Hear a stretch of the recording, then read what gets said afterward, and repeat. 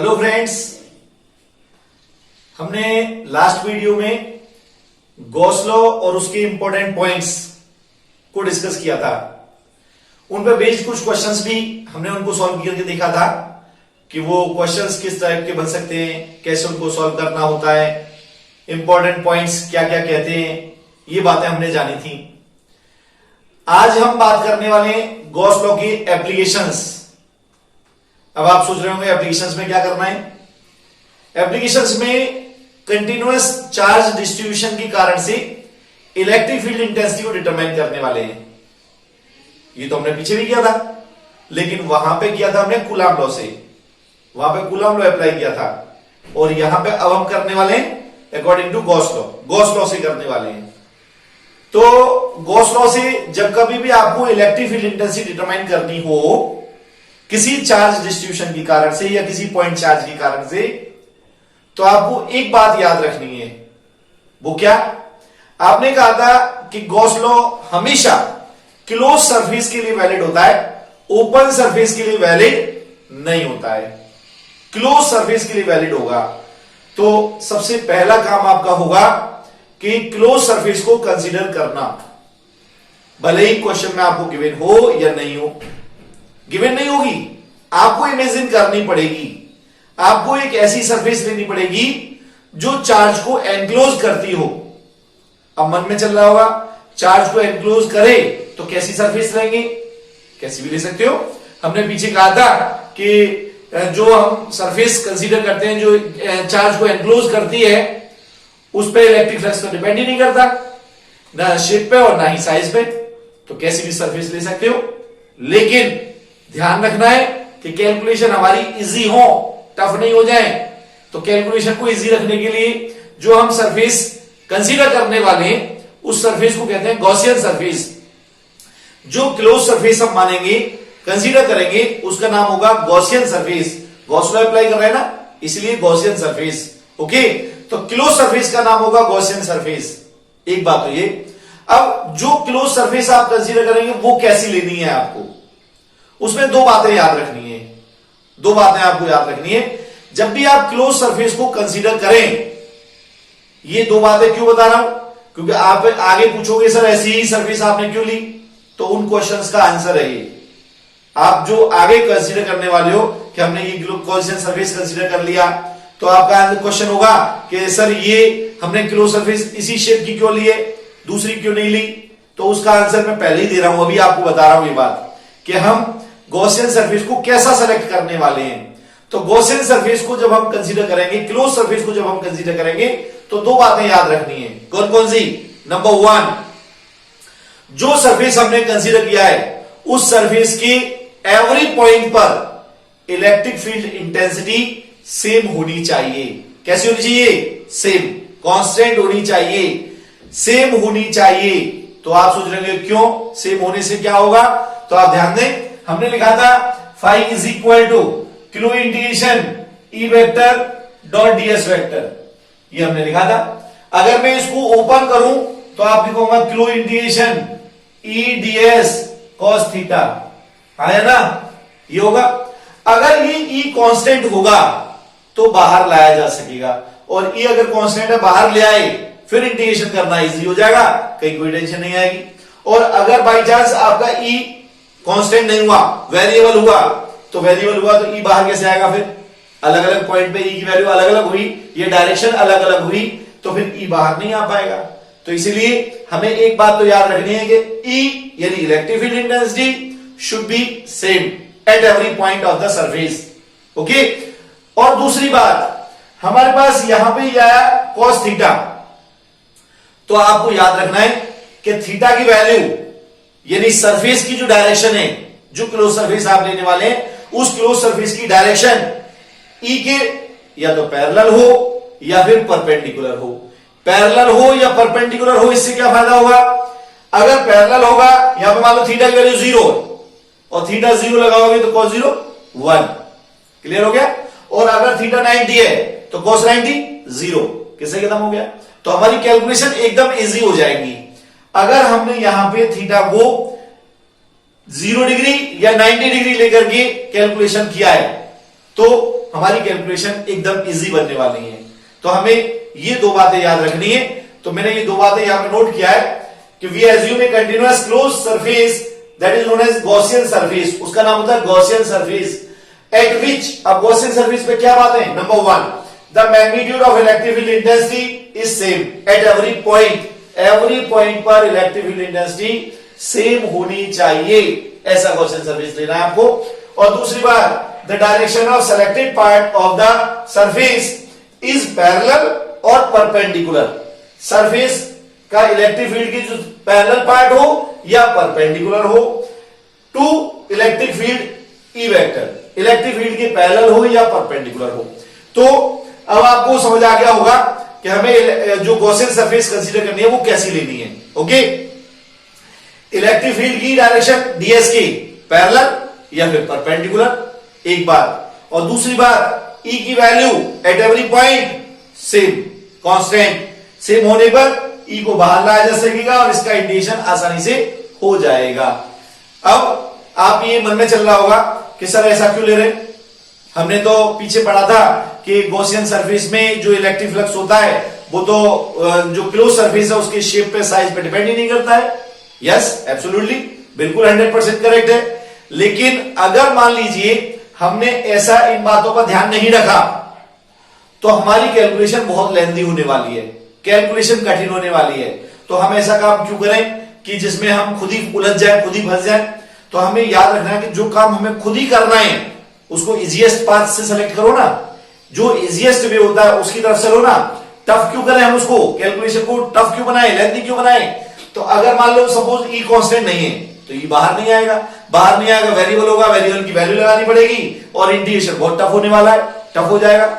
मान लो थीटा की value suppose 0 और 90 नहीं है, बीच का कोई एंगल है 30 डिग्री, 45, 60, आंसर तो वही आएगा, आंसर में वेरिएशन नहीं आएगा। लेकिन रास्ते आपके इतने क्रिटिकल हो जाएंगे, आपकी जिस रास्ते से चल रहे होगे, जो कैलकुलेशन कर रहे होगे वो इतने क्रिटिकल हो जाएंगे कि आप खुद भी उलझ सकते हो उनमें। तो हम ऐसा काम क्यों करें जिसमें खुद ही उलझ जाए। हमें ध्यान रखना है इन दो बातों को ताकि हमारी कैलकुलेशंस इजी बन जाए, आसान बन जाए। जो काम हमें अपने आप ही करना है उसको इजीएस्ट पाथ से करना होता है। ओके, तो हमें ये दो बातें याद रखनी है कि मैग्नीट्यूड इलेक्ट्रिक फील्ड का कैसा होना चाहिए, constant at every point of the surface, जो सरफेस हमने ली है उसके एवरी पॉइंट पर ई कांस्टेंट होना चाहिए। दूसरी बात कि वहां पे every part of that surface should be parallel और perpendicular to electric field, parallel या फिर परपेंडिकुलर होना चाहिए। Okay, so let us start. First application हमारे पास intensity of electric field due to infinite line charge. कोई वायर है infinite length का और उस पर चार्ज का डिस्ट्रीब्यूशन यूनिफॉर्मली है, यूनिफॉर्म डिस्ट्रीब्यूशन है चार्ज का, और उसके कारण से किसी पॉइंट पर इलेक्ट्रिक फील्ड इंटेंसिटी हमको डिटरमाइन करनी है। ओके, तो intensity of electric field due to infinite line charge, Gauss law से हम यहां पे अप्लाई करते हुए इसको सॉल्व करेंगे। तो सबसे पहले हमें डायरेक्शन निकालनी है इलेक्ट्रिक फील्ड इंटेंसिटी की कि what is the direction of electric field intensity, E की डायरेक्शन क्या है। उसके बाद निकालूंगा मैग्नीट्यूड, मैग्नीट्यूड क्या होगा। ओके, तो मैग्नीट्यूड का ड्राइव करेंगे उसके बाद में, पहले यहां पे डायरेक्शन। तो डायरेक्शन के लिए मैंने क्या किया, ये एक वायर कंसीडर कर लिया लीनियर और इस पर यूनिफॉर्मली चार्ज का डिस्ट्रीब्यूशन है, ये यूनिफॉर्मली चार्ज डिस्ट्रीब्यूशन है, इनफाइनाइट लेंथ है, डॉटेड से बनाने मतलब इनफाइनाइट लेंथ, ये इनफाइनाइट लेंथ का वायर है और इस पर linear charge density lambda, linear charge density तो आपको मालूम है, charge distributed per unit length is known as linear charge density और उसको लैम्डा से डिनोट करते हैं, पीछे पढ़ा था हमने ये।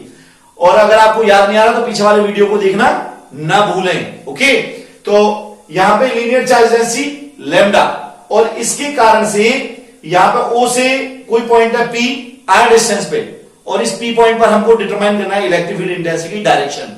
पहले डायरेक्शन की बात करूंगा, बाद में मैग्नीट्यूड निकालूंगा। ओके, तो आप देखें मैंने सबसे पहले पी से इस पर परपेंडिकुलर डाल दिया जो ऊपर के आकर के मिल गया, ये वाला आर डिस्टेंस है ये वाली, और ओ से दोनों तरफ बोथ साइड्स दो स्मॉल एलिमेंट कंसीडर कर लिए A1 एंड A2, ये स्मॉल एलिमेंट है और ये भी स्मॉल एलिमेंट है, इसको बोलेंगे A1 और इसको बोलेंगे A2। ओके, तो A1 के कारण से और A2 के कारण से यहां पे जो चार्ज है लेट अस सपोज dq, तो dq वैल्यू होगी लैम्डा dl, यहां पे dq डी क्यू वैल्यू होगी लैम्डा डी एल, ये चार्ज होगा, इक्वल होगा, इक्वल हमने स्मॉल एलिमेंट कंसीडर किए, इक्वल डिस्टेंस पर है, चार्ज भी तो इक्वल ही होगा। अब यहां से A1 से P की डिस्टेंस जो भी होगी, may be what ever, A1P वही वैल्यू A2 से A2P की होगी, यानी A1P is equal to A2P। मैंने इक्वल लिया है, O से इक्वल डिस्टेंस पे सिमेट्रिकली सेम, यहां पर जितनी डिस्टेंस ये वाली है उतनी डिस्टेंस ये है, तो नेचुरल ये वाली डिस्टेंस भी इक्वल हो जाएगी। A1P is equal to A2P, equal होगी ये डिस्टेंस, ओके। अब इस A1 के कारण से यहां पे इलेक्ट्रिक फील्ड इंटेंसिटी निकालनी पड़े P पर, तो वो इलेक्ट्रिक फील्ड इंटेंसिटी, क्योंकि ये स्मॉल एलिमेंट है तो स्मॉल ही आएगी, तो वो इलेक्ट्रिक फील्ड इंटेंसिटी इस डायरेक्शन होगी, इस डायरेक्शन बोलूंगा A1P, जानते हो, due to positive charge away from the charge, outward, out बाहर की ओर डायरेक्शन होती है। तो यहां से मैंने इसको मिला दिया along the line joining of charge and that point, तो उस पॉइंट को मिलाने वाली लाइन के अलोंग आउटवर्ड डायरेक्शन, तो मैंने यहां पे लिखा है इसको DE1, ये डायरेक्शन आएगी, ओके। अब इस A2 के कारण से निकालो, तो A2 के कारण से जो आने वाला है वो A2P डायरेक्शन में आएगा, वही सेम A2P, लाइन ज्वाइनिंग दोनों को मिला दो, इस पॉइंट को इस A2 से मिला दो, मिलाने वाली लाइन के along outward direction, positive charge के कारण से, तो DE2 डायरेक्शन इसके कारण से आई, ओके। दोनों का मैग्नीट्यूड जो होगा DE1 magnitude mode DE2 mode, ये आपस में इक्वल होगा, क्यों, समझ आ गया होगा, क्योंकि यहां पे चार्ज इक्वल है DQ DQ, और यहां से A1 से P और A2 से P डिस्टेंस इक्वल है, तो KQ/R², फिर तो सेम ही आएगा। तो यहां पे DE1 vector mod is equal to DE2 vector mod, तो इनका मैग्नीट्यूड आपस में इक्वल आएगा। अब एक की डायरेक्शन तो ये वाली है और दूसरे की डायरेक्शन ये वाली है। मैंने आपसे कहा था कि जब कभी भी रिजल्टेंट निकालना पड़े तो रिजल्टेंट निकालने के लिए parallelogram law of vector addition, अगर सेम डायरेक्शन होती तो सीधा ऐड कर देता, अपोजिट डायरेक्शन होती तो बड़े में से छोटे को माइनस कर देता, लेकिन ये डिफरेंट डायरेक्शंस हैं। डिफरेंट डायरेक्शंस में क्या करना होता है, डिफरेंट डायरेक्शंस में कंपोनेंट तोड़ने होते हैं। तो मैंने इस DE1 को और DE2 को म्यूचुअली परपेंडिकुलर टू कंपोनेंट्स में तोड़ दिया, ओके। तो DE1 के कंपोनेंट देखें आप, अगर ये एंगल थीटा, ये एंगल थीटा, तो इसके वर्टिकल अपोजिट ये एंगल भी थीटा होंगे, और जब ये एंगल थीटा होंगे तो इस DE1 का कंपोनेंट इसके अलोंग ये वाला, ये तो होगा cos थीटा के साथ वाला, तो DE1 cos थीटा, और ये वाला component D1 sin theta, okay. Same as D2 के कंपोनेंट तोड़े, तो ये वाला कंपोनेंट D2 cos थीटा और ये वाला D2 sin थीटा, क्लियर हो गया। अब आप क्या बोलेंगे, DE1 sin theta and D2 sin theta both are equal in magnitude and opposite in direction, देख रहे हो आप डायग्राम में, DE1 sin theta and D2 sin theta both are equal in magnitude and opposite in direction, so they are cancel to each other, दोनों आपस में एक दूसरे को क्या कर देते हैं, कैंसिल कर देंगे। अब बच गए ये दोनों D1 cos theta and D2 cos theta, दोनों सेम डायरेक्शन में, so they will add। तो लेकिन ये केवल दो ही तो हैं, एक और एक दो, there are so many small elements, यहां से इनफाइनाइट लॉन्ग है, ये इनफाइनाइट लॉन्ग है, तो there are so many small elements, बहुत सारे बनेंगे, और वो भी पेयर में, एक यहां पे लेंगे, एक यहां पे लेंगे, एक यहां होगा, एक यहां होगा, इक्वल डिस्टेंस और अपोजिट एक दूसरे के, तो बहुत सारे एलिमेंट्स बनने वाले हैं, और सबके कारण जो बनने वाले हैं, तो इसको नेचुरल सी बात है कि D1 cos थीटा को इंटीग्रेट करना पड़ेगा, रिजल्टेंट आ जाएगा। फिलहाल तो हमें बात करनी थी डायरेक्शन की, तो डायरेक्शन रिजल्टेंट की कौन सी आई, मान लो मैंने A1 और A2 के अलावा एक एलिमेंट यहां लिया होता, एक ये लिया होता, तो इन दोनों का भी तो यही कंपोनेंट आता, ये दोनों कैंसिल हो जाते, ये आता यहां पे सेम। मान लो एक मैंने यहां लिया होता और एक यहां लिया होता तो भी सेम आता, एक यहां लिया होता एक यहां लिया तो भी सेम आता। तो इसका मतलब हुआ कि होल लीनियर डिस्ट्रीब्यूशन के कारण से, पूरा जितना भी इनफाइनाइट लॉन्ग लीनियर डिस्ट्रीब्यूशन है, इसके कारण से अगर किसी एक स्पेसिफिक पॉइंट पर इलेक्ट्रिक फील्ड इंटेंसिटी डायरेक्शन निकालते हो आप, तो वो डायरेक्शन होगी normal to the charge distribution, charge distribution की नॉर्मल, इसमें चार्ज का डिस्ट्रीब्यूशन हो रहा है और इसकी नॉर्मल डायरेक्शन ये वाली, इस डायरेक्शन में होगा इलेक्ट्रिक फील्ड इंटेंसिटी की डायरेक्शन, ओके। ये आपको याद रखना है 100%, और एग्जाम में पूछी जाए तो ही लिखना है, पूछा नहीं जाए तो लिखने की आवश्यकता नहीं होती है, इसको लिखने की जरूरत नहीं होती है, केवल हमें पता होना चाहिए कि इलेक्ट्रिक फील्ड इंटेंसिटी डायरेक्शन निकालते कैसे हैं, okay. Means the direction of electric field intensity at a point due to infinite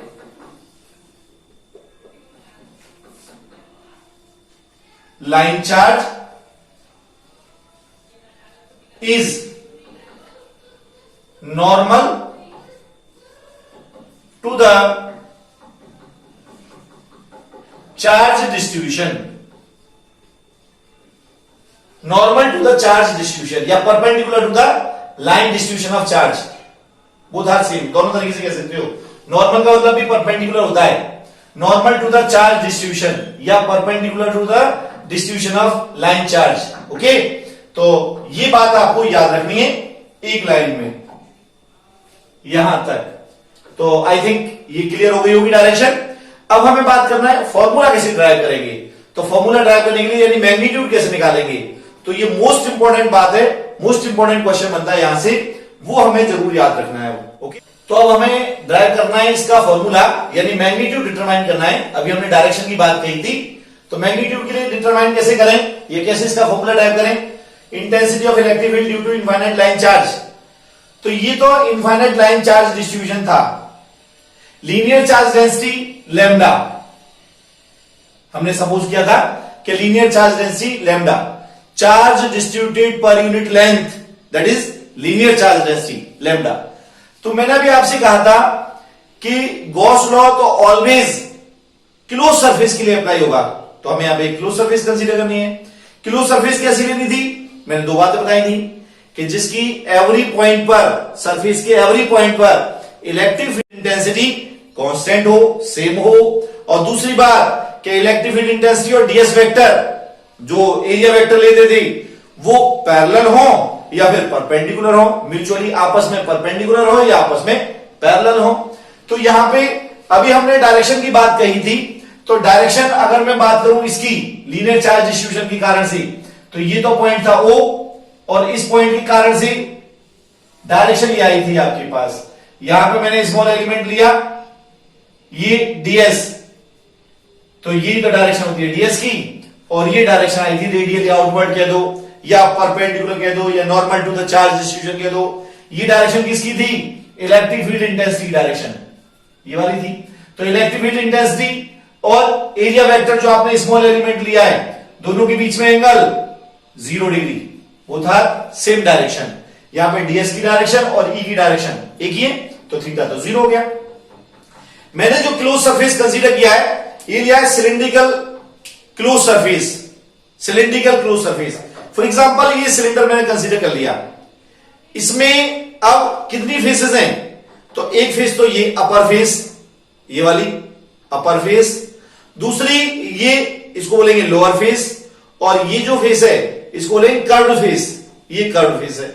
तो यहां पे एक तो ये, दूसरा ये और तीसरा ये। तो जो मैंने क्लोज सरफेस कंसीडर किया है उसको तीन फेसेस से मिलकर के बना हुआ मान सकता हूं, एक तो अपर फेस, दूसरा लोअर और तीसरा कर्व्ड सरफेस। तो यहां पे अपर फेस को मैंने कंसीडर कर लिया S1, ये तो S1, दूसरा मैंने यहां पे कंसीडर कर लिया लोअर वाले को S2, ये S2, और तीसरा मैंने इस कर्व्ड सरफेस को मान लिया S3, ये कर्व्ड सरफेस जो ऑल अराउंड इट चारों तरफ है इसको मान लिया S3। ओके, तो यहां पे ये तीन हो गया। अगर मैं आपसे पूछूं कि what is the charge enclosed with in the Gaussian surface, तो गॉसियन सरफेस की लेंथ हमें यहां से यहां तक पता है, L लेंथ है, L, तो L लेंथ है।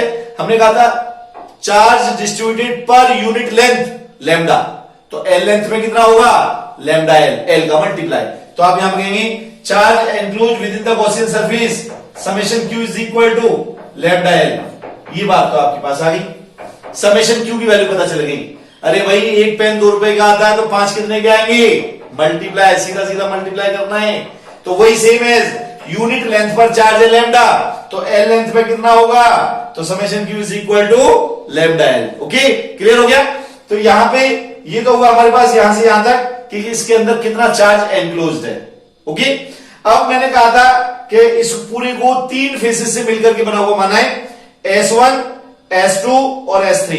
S1 किसको कह रहे हैं, अपर face S1, lower face S2, और कर्व सरफेस उसको S3। ओके, तो यहां पे जब हम अब गॉस लॉ की कोई भी एप्लीकेशन हो, हम यहां पे 6 एप्लीकेशन पढ़ने वाले हैं, गॉस लॉ के 6 एप्लीकेशन होंगे। केवल 3 स्टेप का काम है, केवल 3 स्टेप लगाएंगे हम उनमें, 6 में कोई सा भी हो, कहीं पर भी हो, केवल 3 स्टेप होंगे। पहला, bye the definition of electric flux, electric flux की डेफिनेशन लगानी है, नंबर 1 पहला स्टेप याद कर लें आप। Bye the definition of electric flux, electric flux की डेफिनेशन से जो भी अप्लाई करते हुए फर्स्ट इक्वेशन बनेगी, वो फर्स्ट नाम दे दिया, जो भी नाम दे दिया, फर्स्ट सेकंड जो भी व्हाटएवर। अब उसके बाद हमें दूसरा स्टेप लगाना है by Gauss law, Gauss law से एक और इक्वेशन बन जाएगी। अब डेफिनेशन से भी इलेक्ट्रिक फ्लक्स आया, गॉस लॉ से भी इलेक्ट्रिक फ्लक्स आया, दोनों को इक्वेट करना है थर्ड स्टेप में, सीधा आंसर पे पहुंच जाओगे आप। 3 स्टेप कौन कौन से बताए? पहला तो इलेक्ट्रिक फ्लक्स की डेफिनेशन लगाएं आप, दूसरा लगाएं गॉस लॉ, और तीसरे स्टेप में दोनों को करना है बराबर, इक्वेट करना है दोनों को, सीधा आंसर आ जाएगा आपके पास, कहीं टेंशन लेने की जरूरत ही नहीं है। 6 एप्लीकेशन है, 6 में मैं यही 3 स्टेप अप्लाई करूंगा, अलग अलग कहीं कोई भटकने की जरूरत ही नहीं है, अलग अलग जाने की जरूरत ही नहीं है, केवल 3 स्टेप का खेल है। ओके, तो देखो जरा कैसे करना है हमें यहां पे। तो मैं यहां पे इस क्लोज सरफेस से लिंक्ड फ्लक्स निकालने वाला हूं। तो फ्लक्स निकालने के लिए 3 पार्ट में इसको ब्रेक करना पड़ेगा, अपर face, lower face, curve surface. तो मैंने यहां पे एक स्मॉल एलिमेंट तो यहां पे कंसीडर कर लिया, स्मॉल एलिमेंट, और दूसरा स्मॉल एलिमेंट यहां पे कंसीडर कर लिया, स्मॉल एलिमेंट ds। तो यहां पर अगर मैं E की डायरेक्शन पूछूं तो E की डायरेक्शन तो ये वाली आएगी, normal to the charge distribution, अभी कैलकुलेट किया था। यहां पे बात करूं तो यहां भी E की डायरेक्शन ये आएगी, normal to the charge distribution, ये normal to the charge distribution यहां पे आपके पास आ गया। ओके, अब बात करूं ds की, तो ds की डायरेक्शन अगर इस पे बात करूं तो ये आएगी ds वेक्टर, और यहां पे बात करूं तो ये आएगी ds वेक्टर, यानी तो यहां पर इस S1 पर थीटा कितना हुआ, theta is equal to 90 degree. देखें आप ds और E, तो थीटा तो 90, यहां पे E और ds, तो थीटा यहां पे कितना हुआ 90 डिग्री, S2 पे 90 डिग्री, और S3 पर दोनों की डायरेक्शन ये वाली, तो सेम, यानी थीटा 0 डिग्री। अब आप सोच रहे होंगे कि सर ने अपने आप ही तो ऊपर बना लिया, अपने आप ही नीचे बना लिया, कैसे बना लिया? तो पीछे मैं बता चुका हूं, एरिया वेक्टर, एरिया वेक्टर की डायरेक्शन क्या होती है, पीछे वीडियो में मैंने आपको पूरा डिस्कस किया था इस बात को लेकर के, थोड़ा सा बता देता हूं। अगर इस फेस की बात कर रहे हैं तो इसकी direction normal to this face, okay, इस फेस की बात कर रहे हैं तो नॉर्मल टू दिस फेस ये, और इस कर्व सरफेस की बात कर रहे हैं, इस पॉइंट पे बात करेंगे तो ये, इस पॉइंट पे बात करेंगे तो ये, इस पॉइंट पे बात करेंगे तो ये, और इस पॉइंट पे बात करेंगे तो ऐसे, ये नॉर्मल टू द सरफेस, जिस पॉइंट पर बात कर रहे हैं उसी पॉइंट के नॉर्मल, ये एरिया वेक्टर की डायरेक्शन होती है। तो यहां पे इसीलिए यहां तो ऊपर आया, यहां पे नीचे आया, यहां पे ये डायरेक्शन आई, और ये मैंने इनके बीच का एंगल लिख दिया है। क्लियर हो गया? अब जो हमने यहां पे किया है उसको यहां पे लैंग्वेज में वैसे वैसे लिखना है आपको, ठीक है? तो सबसे पहले लिख देते हैं, let linear charge distribution, linear charge distribution of infinite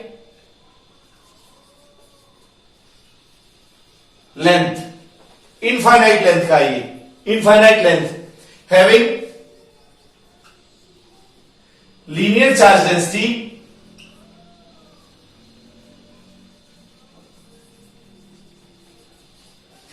lambda, linear charge density कितनी है, लैम्डा।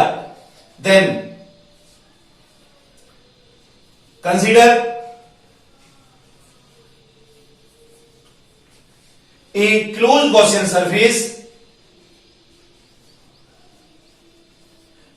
क्लोज्ड, और नाम उसका होता है Gaussian,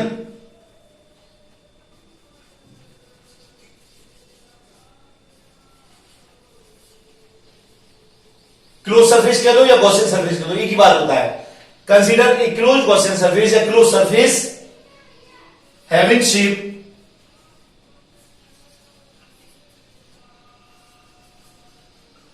cylindrical of length L and radius R, length हमने लिया है इसकी एल, और रेडियस यहां से यहां तक की वाली जो ली है वो आर। इस सरफेस पे यहां पे पी पॉइंट ये लाई करता है, इस पॉइंट पर हमें डिटरमाइन करनी है इलेक्ट्रिक फील्ड इंटेंसिटी। तो आर डिस्टेंस पे हो गया नेचुरल है, यहां से यहां तक की डिस्टेंस आर हो गई, रेडियस की इक्वल इस पी पॉइंट पे हमें डिटरमाइन करनी है। ओके, तो सिलिंड्रिकल हमने सरफेस यहां पर कंसीडर कर लिया, close surface. Then the charge enclosed within the Gaussian surface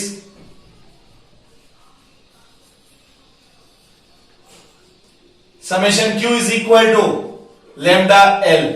okay, number दे दिया 1। Charge enclosed within the Gaussian surface will be lambda l।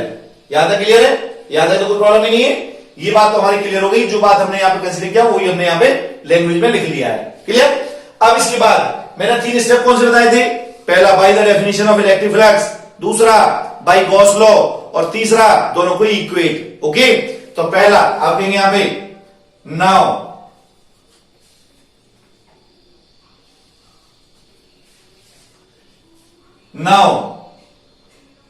By definition of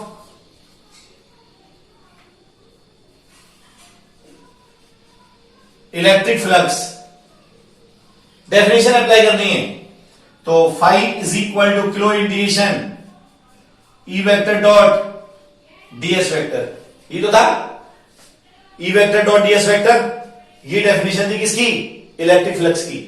अब यहां पे इसको 3 पार्ट से मिलकर के बना हुआ माना था, तो 3 पार्ट में तोड़ दूंगा मैं इसको, तो आप कहेंगे और phi is equal to integration E vector dot ds vector S1 के लिए plus integration E vector dot ds vector S2 के लिए प्लस इंटीग्रेशन S3 के लिए E vector dot ds vector. There are 3 parts, upper face, lower face and curved surface. अब इनके dot product को ऊपर करें, एंगल हमको बताए, तो आप कहेंगे और phi is equal to integration S1 E ds cos, बोलिए थीटा S1 के लिए कितना है? 90 डिग्री, तो यहां पे लिखूंगा cos 90 degree, plus integration S2 ई ds cos 90 degree, plus integration ई ds कॉस 0 डिग्री। आप देख रहे हैं यहां पे 0, यहां पे 90 और यहां भी 90, तो मैंने यहां पे 90 लगाया, यहां 90 लगाया और यहां पे 0 लगाया। S3 वाले के लिए 0 है। ओके, अब इनको करते हैं सॉल्व। तो 5 इज इक्वल टू, अब यहां पे cos 90 वाली बताइए, cos 90 तो 0 होता है, और 0 का मल्टीप्लाई किसी ने करें तो कितना हो जाएगा? 0, तो ये तो हो गया 0, प्लस ये भी 0, ये भी यहां पे cos 90 है, इसलिए ये टर्म भी 0 हो गया। अब यहां पे कितना आ गया? तो प्लस ई को बाहर ले लिया और इंटीग्रेशन ds, S3 की बात कर रहा हूं, cos 0 1 है, ये 1 हो गया यहां पे। क्लियर? अब ई बाहर आ गया, क्यों बाहर आया? बाहर क्यों लिया? क्योंकि कांस्टेंट है एवरी पॉइंट पर, कर्व सरफेस की किसी भी पॉइंट पर। यहां पे जो सरफेस बना ये वाला, इस सरफेस की यहां पे निकालो, यहां पे निकालो, यहां किसी भी पॉइंट पर निकालोगे आप, इलेक्ट्रिक फील्ड इंटेंसिटी सेम आएगी। सेम क्यों आएगी? क्योंकि रेडियली पार्ट है ये, रेडियली सरफेस है ये, जितनी डिस्टेंस यहां से यहां तक की है उतनी डिस्टेंस यहां से यहां तक की है। आर रेडियस का माना था आपने, ये तो आर रेडियस का माना था, तो इसलिए सरफेस के एवरी पॉइंट पर electric field intensity will be same. और हमने ये बात तो कही थी कि हमें ऐसा गॉसियन सरफेस लेना होगा जिस पर इलेक्ट्रिक फील्ड इंटेंसिटी सेम हो, तो सेम है, तो वो हमने यहां पे इसलिए ई को बाहर लिख दिया। ओके, अब यहां पे ई को बाहर लिखने के बाद तो यहां पे क्या आएगा? 5 इज इक्वल टू ई और इंटीग्रेशन ds, तो कर्व सरफेस का एरिया कितना होता है इसका? सिलिंड्रिकल सरफेस है, सिलिंड्रिकल सरफेस का कर्व सरफेस का एरिया होता है 2 पाई आर एल। अगर 2 पाई आर एच हमने लिया होता तो 2 पाई आर एच, और अगर आपने एल लिया है तो 2 pi R L, 2 pi R L, ये पूरा कर्व सरफेस का एरिया। ओके, सिलिंड्रिकल सरफेस के लिए तो यहां पे ये आया आपके पास, यहां पे सेकंड नंबर। यहां तक तो कोई टेंशन नहीं। एक स्टेप पूरा हो गया मेरा। यहां पे मैंने इलेक्ट्रिक फ्लक्स की डेफिनेशन लगाई, इसको ओपन किया, ओपन करके सॉल्व कर दिया, वैल्यू पुट कर दी, सरफेस एरिया पुट कर दिया, डीएस की वैल्यू, टोटल एरिया लगाना है। टोटल एरिया कर्व सरफेस वाला, कर्व सरफेस का एरिया 2 पाई आर एल, ये वाला अप्लाई कर दिया। तो यहां तक तो क्लियर है। अब सेकंड स्टेप क्या बताया था मैंने, by the Gauss law, Gauss law apply करना है। थर्ड स्टेप में क्या कहा था, दोनों को इक्वेट करना है। Okay, by Gauss law.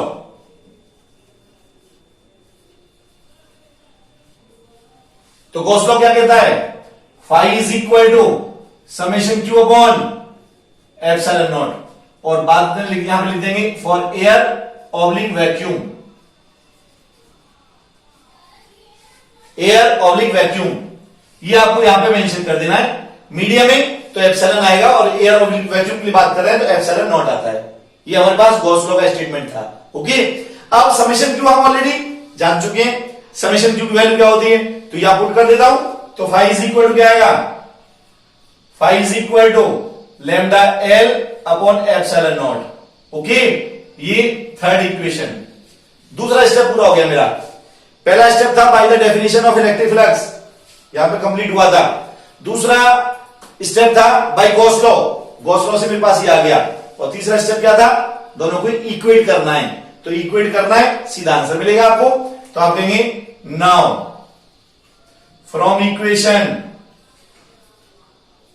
Second and third क्या आने वाला है, E into 2 pi R L is equal to lambda L upon epsilon not. Okay, L से एल क्रॉस हमें निकालना था E, तो E इज इक्वल टू, बाकी टर्म को इधर ले आओ, तो 1 upon 2 pi epsilon not lambda upon R, this is the answer. आप चाहें तो 2 का मल्टीप्लाई 2 का डिवाइड करने से यहां पर 4 पाई हो जाएगा, इसको क्या कह देंगे फिर आप। तो आप चाहें तो 2 से मल्टीप्लाई और 2 से डिवाइड भी कर सकते हैं। तो यहां पर बन जाएगा आपके पास E is equal to 1 upon 4 pi epsilon not 2 lambda upon R, ऐसे भी कहा जा सकता है। इस पूरे टर्म को क्या कहते हैं, तो K 2 lambda upon R is equal to K 2 lambda upon R, ये भी कहा जा सकता है। ओके, वेक्टर नोटेशन में आप जानते हो कि E की direction radially outward, radially R के अलोंग, तो आप यहां पे आर कैप लिख देंगे। तो आप देंगे इन वेक्टर नोटेशन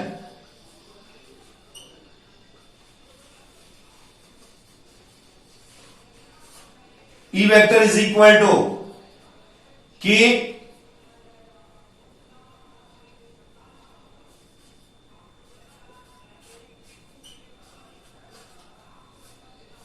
ये आपके पास यहां पे वेक्टर नोटेशन में आ गया। E vector is equal to K 2 lambda upon R, R cap लिखना है आपको, क्योंकि रेडियली आउटवर्ड डायरेक्शन थी, रेडियली डायरेक्शन थी, इसलिए आपने E वेक्टर को आर कैप से रिप्रेजेंट कर लिया। ये वेक्टर नोटेशन में हो गया। अब यहां से ये तो फाइनल रिजल्ट है आपके पास। क्या बात पता चली आपको, क्या पता चलता है यहां से, क्या कैलकुलेशन हो रही है आपके पास। तो आप कहेंगे E proportional to lambda, number 1 check करें कि कांस्टेंट है, और R अगर कांस्टेंट है तो लैम्डा की डायरेक्टली प्रोपोर्शनल आया। और दूसरा क्या पता चला, E proportional to 1 upon R, 1 upon R, देखें आप R की। अब आपके मन में चल रहा होगा कि पॉइंट चार्ज के लिए निकाल देते तो K Q upon R square आता था, लेकिन यहां पे तो लैम्डा अपॉन आर आया है, आर स्क्वायर नहीं है, आर है, आर की पावर 1 है। आप देखें जरा, K 2 lambda upon R, K 2 lambda upon R, तो क्या ये डायमेंशनली करेक्ट होगा, यस एब्सोल्युटली डायमेंशनली करेक्ट होगा। कैसे करेक्ट होगा, क्योंकि यहां पे लैम्डा है ना, तो यहां पे उसमें पॉइंट चार्ज में क्यू आता था, और क्यू की वैल्यू होती है लैम्डा एल, तो एल की एक डायमेंशन, एल की डायमेंशन क्रॉस हो गई, इसलिए लैम्डा अपॉन आर बिल्कुल सही है, कहीं कोई प्रॉब्लम ही नहीं है। तो ये डायमेंशनली भी करेक्ट है। अगर यहां से इसके लिए मैं ग्राफ प्लॉट करूं, ग्राफ बनाऊं, तो क्या बनेगा, तो आप चेक करें जरा, ई और लैम्डा, ये तो लैम्डा और ये ई, तो ग्राफ आएगा ओरिजिन से पास होने वाली स्ट्रेट लाइन इंक्रीजिंग ऑर्डर में। ओके, और अगर आर के लिए बनाऊं तो ये तो आर और यहां पे ये ई, तो ये ग्राफ बनाएंगे, लगातार कम होता हुआ, इनवर्सली प्रोपोर्शनल है इसलिए। और अगर यहीं पे आपसे कभी पूछ लिया जाए 1/r के साथ ग्राफ, 1/r के साथ, तो फिर क्या होगा? इंक्रीजिंग, डायरेक्टली प्रोपोर्शनल हो गया 1/r की। तो ओके, 1/r की कहेंगे तो डायरेक्टली प्रोपोर्शनल है इसलिए इंक्रीजिंग, और केवल r की बात कहेंगे तो इनवर्सली प्रोपोर्शनल इसलिए लगातार डिक्रीजिंग। क्लियर? तो ये यहां पे आपके पास आ गए ग्राफ, ये हमारे पास रिजल्ट आ गया। ओके, अब मैं बात करता हूं इन पे बेस्ड कुछ क्वेश्चंस पे कि कैसे इस पे बेस्ड क्वेश्चंस बनते हैं, न्यूमेरिकल कैसे बनते हैं। और एक क्वेश्चन तो इसी बार बोर्ड एग्जाम में भी आया था 2020, तो बोर्ड एग्जाम में क्वेश्चन पूछा गया था, तो वो क्या था वो डिस्कस करते हैं जरा। ओके, तो देखिए जरा question number 1, an infinitely long straight wire having linear charge density of 2 microcoulomb per meter, linear charge density lambda is equal to 2 microcoulomb per meter, means 2 into 10 power minus 6 coulomb per meter. Okay, calculate the electric field intensity at a point situated at 20 centimeter. तो R की value 20 centimeter, 0.2 meter. Okay, from this linear charge in air, air में बात चल रही है। Okay, ई calculate करना है हमको, तो फॉर्मूला तो अभी भी पढ़ा था, ई इज इक्वल टू क्या होता है? K 2 lambda upon R. Now put the values, E is equal to K 9 into 10 power 9, 2 और लैम्डा की वैल्यू तो 2 into 10 power minus 6 divide by R की वैल्यू 0.2। ओके, पॉइंट से यहां से पॉइंट हटाया तो 10 का मल्टीप्लाई ऊपर आ गया, ये 2 से 2। ओके, कितना आया? 18 10 पावर 9 माइनस 6 प्लस 1 ये वाला कितना आया? तो आप लिखेंगे 18 10 power 4 newton per coulomb. You may write also 1.8 into 10 power 5 newton per coulomb. This is the answer. Clear? अब एक सेकंड क्वेश्चन और, a wire having linear charge density lambda 2 is placed parallel at a distance small d to an infinite line charge of density lambda 1. Determine force per unit length of second wire. यहां पे हमको given है एक wire, infinite length का wire है ये, infinite length, और linear charge density पे यहां पे लैम्डा 1, ये लैम्डा 1, और इससे डी डिस्टेंस पर, ये डी डिस्टेंस पे मैंने ले लिया, और यहां पे दूसरा एक वायर लगा दिया पैरेलल, पैरेलल रख दिया डी डिस्टेंस पे। ओके, ये भी infinite length, infinite length. A wire having line charge density lambda 2, तो इस पे जो लाइन चार्ज डेंसिटी वो कितनी है? लैम्डा 2, इस पे लैम्डा 2 है। Okay, is placed parallel at a distance d to an infinite line charge of density lambda 1, तो lambda 1 से d डिस्टेंस पर रखा हुआ है। डिटरमाइन फोर्स पर unit length of second wire, हमें फोर्स यूनिट लेंथ पे लगने वाला फोर्स निकालना है, इसकी यूनिट लेंथ पे कितना लगेगा। ठीक है, तो इससे यहां पर अगर मैं ये मान लूं कि ये कोई पॉइंट P है और इसके कारण से यहां पे इलेक्ट्रिक फील्ड इंटेंसिटी, तो वो तो हमने पढ़ी हुई है, हम जानते हैं ऑलरेडी, तो वो इलेक्ट्रिक फील्ड इंटेंसिटी कितनी होती है? E is equal to K 2 lambda upon D, distance D है यहां पे, और डायरेक्शन n कैप ये होती है ना। अब अगर ये इनफाइनाइट लेंथ है तो इसकी L लेंथ पे बात करता हूं, L लेंथ पे कितना चार्ज होगा? यहां से आने मान लो L लेंथ मैंने सपोज कर लिया कि ये लेंथ इसकी L है, तो L लेंथ पे चार्ज कितना होगा? चार्ज होगा Q2 is equal to, lambda 2 density है इसलिए Q2 लिख दिया मैंने, Q2 is equal to lambda L, L length पे चार्ज आ गया लैम्डा L, ये लैम्डा 2L। ओके, तो अब हमारे पास फोर्स निकालना था, तो net force F is equal to Q2E, ये आ गया Q2E, F is equal to QE से इस पे लगने वाला फोर्स निकालना है तो इसी के चार्ज का मल्टीप्लाई करना पड़ेगा। ओके, तो यहाँ पे जब E की वैल्यू निकालनी है तो अप्लाई करें, ये E1 लिख दिया मैंने, F is equal to Q2 value lambda 12 into E1 की वैल्यू की 2 लैम्डा 1 अपॉन D और n कैप नॉर्मल थी आउटवर्ड, तो आउटवर्ड थी इसका मतलब रिपल्शन होगा, लाइक चार्जेस हैं, n कैप का मतलब रिपल्शन से है। ओके, हमें तो निकाला था यूनिट लेंथ पर, तो इस l को ले आओ इधर, तो मोड फॉर्म में निकाल दो वैल्यू, तो F upon L is equal to K 2 lambda 1 lambda 2 upon D, this will be the force, और डायरेक्शन n कैप का मतलब ये इधर और ये इसको इधर रिपेल कर रहा होगा, तो रिपल्सिव नेचर होगी, रिपल्सिव नेचर आया ना। तो ये आ गया फोर्स पर unit length F upon L के 2 lambda 1 lambda 2 upon D। Clear? तो यहाँ पे ये तो हो गया हमारे पास फोर्स कैसे निकालना है। एक क्वेश्चन और जो इस बार बोर्ड एग्जाम में आया था, वो क्वेश्चन क्या था वो देखते जरा। तो देखिए क्वेश्चन जरा, an electron is revolving around an infinite linear charge on a circular path of 0.1 meter radius. Electron कहा, तो इलेक्ट्रॉन का चार्ज और इलेक्ट्रॉन का मास हमको गिवन दे दिया, उसने दे दिया m की वैल्यू ये है और चार्ज की वैल्यू ये है। ओके, अब रेडियस r 0.1 मीटर, इस पाथ पे वो घूम रहा है। If the linear charge density 10⁻⁻6 coulomb per metre, lambda 10⁻⁻6 coulomb per metre, ये linear charge density, then find the value of the velocity of electron. Velocity चाहिए हमें, ये कैलकुलेट करनी है।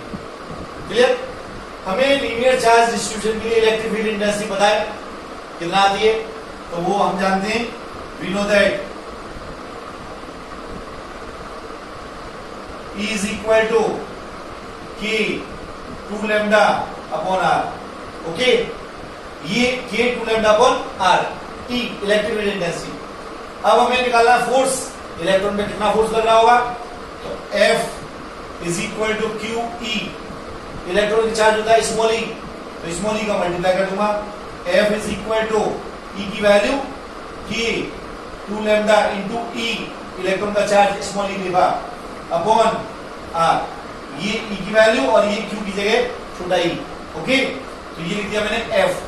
अब क्योंकि इलेक्ट्रॉन इसके चारों तरफ घूम रहा है, सर्कुलर पाथ हो गया, तो सर्कुलर पाथ में तो तभी घूमेगा जब इसके पास सेंट्रीपिटल फोर्स होगा। तो ये जो फोर्स है ये 100% उसको सेंट्रीपिटल फोर्स प्रोवाइड कर रहा होगा। ओके, तो आप कहेंगे we know that centripetal force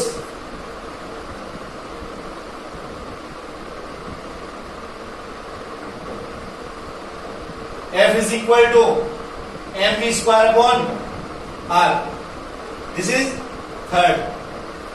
अब ये फोर्स इसको सेंट्रीपिटल फोर्स प्रोवाइड कर रहा है, तो इन दोनों को इक्वेट कर दो और v कैलकुलेट कर लो, तो आप कहेंगे from second and third mv square upon R is equal to K 2 lambda E upon R। Clear? तो v निकालना था, तो v square is equal to कि ये तो क्रॉस हो गया 2 लैम्डा E अपॉन m, तो v is equal to square root of कि 2 lambda E upon m। Now put the values, इनकी जो वैल्यू है उनको पुट कर दो, तो आपको ये तो हमारे पास फॉर्मूला बन गया, और यहां से वैल्यूज पुट करेंगे तो आपको आंसर मिल जाएगा। तो आप क्या करेंगे, v is equal to square root of k की वैल्यू 9 इंटू 10⁻9 इंटू 2, और लैम्डा की वैल्यू हमने अभी लिखा था 10⁻6 इंटू e की वैल्यू 1.6 10⁻19 अपॉन, और m 9 इंटू 10⁻31, ये गिवन है हमको m 9 इंटू 10⁻31 kg। ओके, ये हमको यहाँ पे m की वैल्यू, तो जो वैल्यू हमको गिवन थी वो हमने अप्लाई कर दिया। अब जो क्रॉस हो सकता है तो क्रॉस कर दिया, तो यहाँ पे आएगा v is equal to square root of, ये मल्टीप्लाई करूंगा तो 3.2 इंटू 10 पावर 9 माइनस 6 माइनस 19 और प्लस 31, ये नीचे से ऊपर जाएगा तो पावर प्लस का हो जाएगा। ओके, तो v is equal to square root of 3.2 10 power, अब यहां से इसका हिसाब किताब करेंगे तो 31 प्लस 9 40 और ये हो गया 25, तो 15 बचेगा यहां पे प्लस का। अब या तो ये 16 होता है या 14, स्क्वायर रूट लेना है तो हाफ होना है, हाफ करने के लिए इवन बनाना पड़ेगा, तो यहाँ 14 कर देता हूं इसको 10 का मल्टीप्लाई करके, तो v इज इक्वल टू, अब 10 यहां से लूंगा तो यहाँ पे 32 हो जाएगा 10 पावर 14 ये। ओके, अब इसका स्क्वायर रूट लेना है 32 का, तो वो आता है v is equal to 5.625 10 power 7, 14 का हाफ हो जाएगा स्क्वायर रूट लेने पर, मीटर पर second. This will be the answer. ये करना था, ऐसे करना है ये क्वेश्चन। इजी है, थोड़ा सा कंसेप्ट आपको याद रखने होते हैं कि करना क्या है, क्योंकि इलेक्ट्रॉन घूम रहा है तो आपको हिसाब लगाना है कि घूमेगा तो तभी जब सेंटीपिटल फोर्स होगा, सेंटीपिटल फोर्स नहीं हुआ तो घूमेगा कैसे, तो सेंटीपिटल फोर्स के लिए mv स्क्वायर अपॉन r और mv स्क्वायर अपॉन r से इक्वल करोगे, सीधा आपको आंसर मिल जाता है, कोई प्रॉब्लम नहीं है। ओके, तो ये तो हमने कुछ क्वेश्चंस भी कर लिए इस पे। नेक्स्ट दूसरा एप्लीकेशन कल पढ़ेंगे नेक्स्ट वीडियो में, तब तक के लिए थैंक यू।